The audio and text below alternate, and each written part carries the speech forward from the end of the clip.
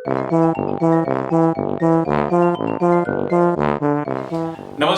नानी की कहानी में आपका स्वागत है। एक बारी हम नानी के घर गए थे तो हमारे मामा जी हमारे लिए एक खिलौना लेकर आए। अब एक ही खिलौना था जो मैंने ले लिया। अब मेरा छोटा भाई, उसे भी वही खिलौना चाहिए था। मैंने कहा यार मेरे लिए आया, मैं तुम्हें क्यों दूं? और वो खिलौना लेने के लिए फैल गया, रो गया, नानी ने कहा कि दे दो, तुम बड़े हो। मैंने कहा नानी ये कौन सी बात होती है कि मतलब बड़े हो तो दे दो, मेरी सारी चीजें चाहिए होती हैं। मैंने कहा ठीक है, तुम इसे अभी खिलौना दो और मेरे साथ आओ। नानी हमें साइड में लेके और कहा हमसे कि तुम्हें मैं एक कहानी सुनाती हूँ। ठीक है नानी सुनाओ। मूड ऑफ था ना कि खिलौना उसने ले लिया। नानी ने कहा कि एक गांव में एक टोपी बेचने वाला रहता था। वो रोज टोपियां बनाता था और शहर में जाकर बेचता था। सुबह जाता था, शाम तक अपनी सारी टोपियां बेच आता था। एक दिन क्या हुआ कि दोपहर तक उसकी एक भी टोपी नहीं बिकी। निराश होकर लौटने लगा।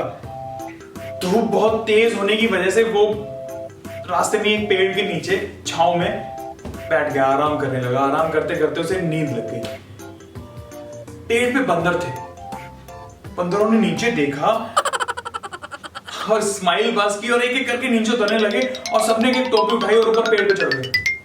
सारी टोकरी खाली। थोड़ी देर बाद टोपी वाला जब उठा, उसने अपनी टोकरी देखी, टोपी कहां गई? वो परेशान हो गया कि मेरी सारी टोपियां कहां चली गई। तब उसने ऊपर उसकी नजर गई, देखा कि सारे बंदरों ने एक एक टोपी पहन रखी है। मेरी सारी टोपियां ले ली इन्होंने। उसने पत्थर फेंका और बंदरों ने किया। उसने पेड़ पे चढ़ने की कोशिश की, बंदर और ऊपर चढ़ गए। वो जिधर जाता बंदर वही करते। उसने अपनी गुस्से में आकर अपनी टोपी उतारी, बंदरों ने अपने सिर से भी टोपी उतार ली। उसे आइडिया आया कि अच्छा, उसने फिर दोबारा से टोपी अपने सिर पे रखी। सारे बंदरों ने टोपी अपने सिर पे रख ली। उसने फिर हटाई, बंदरों ने फिर हटा ली।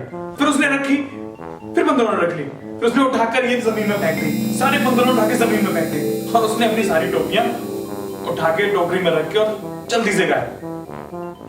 तो इस तरकीब से उसने अपनी सारी टोपियां वापस ले ली।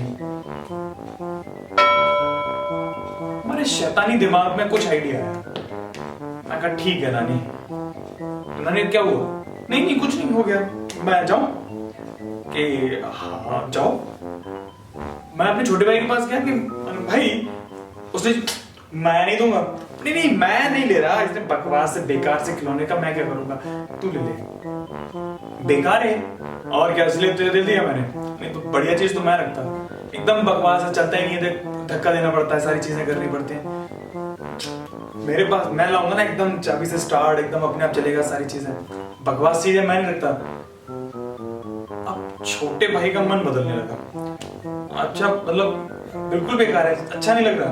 मैं बकवास मैं तो कभी ना खेलूं ऐसे खिलौने से। ठीक है तो मैं भी नहीं खेल रहा इस खिलौने से, मुझे भी अच्छा वाला खिलौना चाहिए। उसने कहा ठीक है कोई दिक्कत नहीं, तेरे लिए और अच्छा लेकर आएंगे। अब तू नहीं ले रहा तो मैं ले लेता हूँ।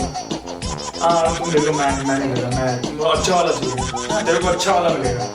मैंने अपना खिलौना लिया और निकल गया। फिर अपने खेलते रहे कूदते रहे। बाद में वो खिलौना भाई का ही हो गया, क्योंकि बड़े होकर कौन खिलौने से खेलता है।